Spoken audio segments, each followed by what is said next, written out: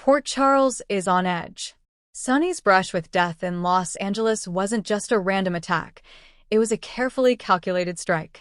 And now, with Britt back in town and secrets buried in the West Coast surfacing, General Hospital is about to be rocked by a tidal wave of betrayal, danger, and revelations that will forever change the lives of those closest to Sonny Corinthos. It began with whispers, rumors swirling through the halls of General Hospital that Dr. Britt Westbourne was alive. And then, one misty Port Charles morning, she arrived. Not in a blaze of glory, but quietly, subtly, cloaked in a black coat, dark sunglasses, and a mission heavy with emotional stakes. Britt had faked her death, again. But this time it wasn't about escaping her past, it was about protecting someone from her future. What no one knew was that Britt had been in hiding since the incident in Los Angeles involving Sonny. She had been there, deep undercover, working in a medical research clinic under an alias. It was there that she stumbled upon a dark conspiracy that targeted Sonny Corinthos.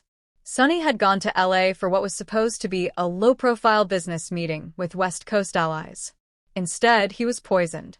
It had almost killed him, but something strange happened. He recovered quickly. That recovery wasn't luck. It was Britt. At the time, Sonny didn't even realize he had been poisoned. The symptoms were subtle: dizziness, confusion, blurred vision. It mimicked exhaustion. But Britt had seen the signs. A rare neurotoxin had been used, one derived from a plant native only to a specific part of Colombia.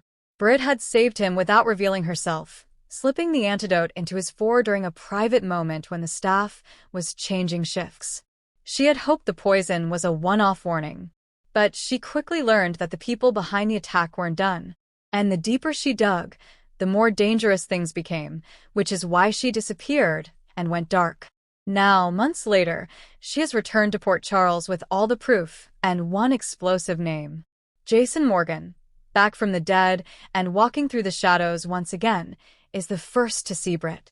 Their reunion is bittersweet. The pain between them still lingers, but the urgency of her return supersedes old wounds. "I know who tried to kill Sonny in LA," Britt whispers, her voice trembling with the weight of truth. Jason stiffens. "Who?" She hesitates, then speaks the name that will shatter loyalties and expose a web of deception. Jason's eyes narrow. Dalton had been a new face in Sonny's network, a West Coast ally with a clean record but too much ambition.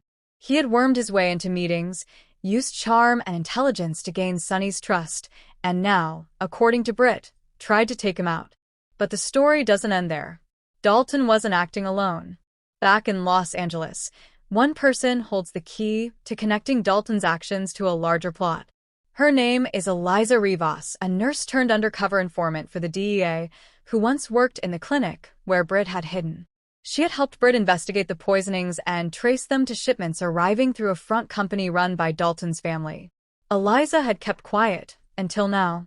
Dalton, sensing the walls are closing in, sends men to silence her. A chilling message is intercepted in Port Charles, a threat made clear. Britt and Jason know Eliza must be protected. Jason immediately calls Britt, and within hours, they have a plan to extract Eliza from LA and bring her to Port Charles. But someone is one step ahead of them. Eliza is on the run. In a haunting sequence set in the dark streets of downtown LA, she barely escapes an ambush. Her apartment is torched. Her phone lines are tapped. She reaches out to Britt using an encrypted message. Britt decodes the message and tells Jason. They dispatch Damian Spinelli to remotely locate the apartment and retrieve the flash drive before Dalton's men do. In a thrilling sequence, Spinelli hacks into a drone system and guides Britt and a local contact to the hidden location. They recover the flash drive just minutes before the apartment collapses in an orchestrated gas leak. Eliza is nowhere to be found. Back in Port Charles, Spinelli decrypts the flash drive. What he finds is damning.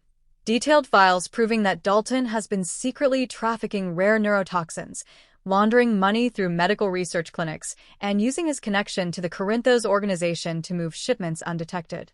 Even more shocking, a familiar name appears repeatedly in the files: Cyrus Renaud. Dalton has been working with Cyrus all along. Their goal? dismantle Sonny's empire and replace it with a West Coast syndicate controlled by them, with Dalton as the new face of power and Cyrus pulling strings from behind bars. Jason is furious. Sonny is livid. Carly, who has been keeping her distance since the fallout with Nina, is called into the room when the full truth is laid out. "What do we do now?" she asks. Sonny's voice is cold. "We end this. Once and for all." Knowing the police can't be trusted and the DEA has been compromised, Sonny, Jason, Britt, and Brick devise a private plan to lure Dalton to Port Charles. The bait? A fake shipment coming through the docks, something Dalton won't be able to resist. Meanwhile, Ava Jerome overhears part of the plan and considers turning it over to Cyrus, who still communicates with her.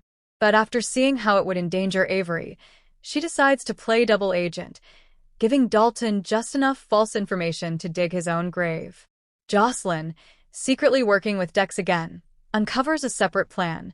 Cyrus is going to escape from prison during the chaos. She alerts Michael and Dante, but there's little time to act. The docks at night, the perfect setting for the final act. Dalton arrives with armed men.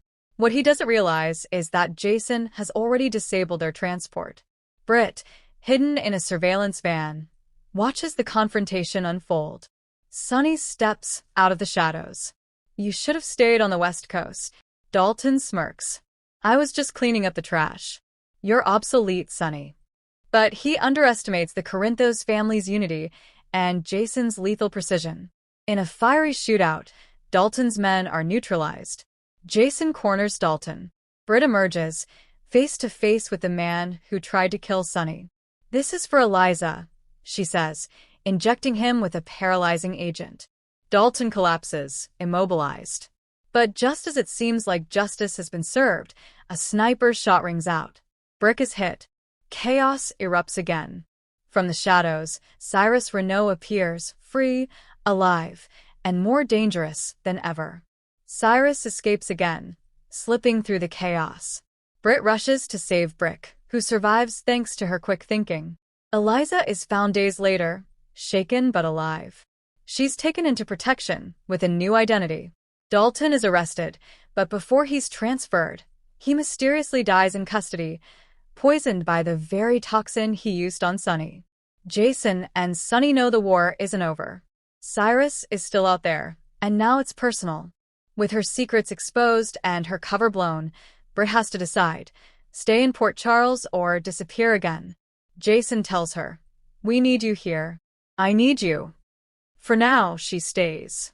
But on the horizon, a new figure watches from a distance, a woman with a past tied to Britt's time in hiding. Her name? Marcela Cordero, a mysterious woman connected to the Colombian cartel and the poison trade. She smiles coldly as she watches the news of Dalton's arrest on a monitor. As Port Charles begins to breathe again, unaware of the storm building beyond the horizon, Britt and Jason take a moment of calm. But nothing lasts forever. A new war is coming. The poison runs deeper than anyone thought, and Britt Westbourne may be the only one who can stop what's next.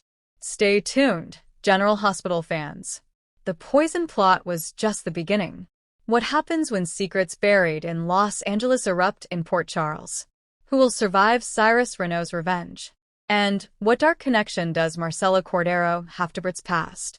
Only time and the next episode will tell.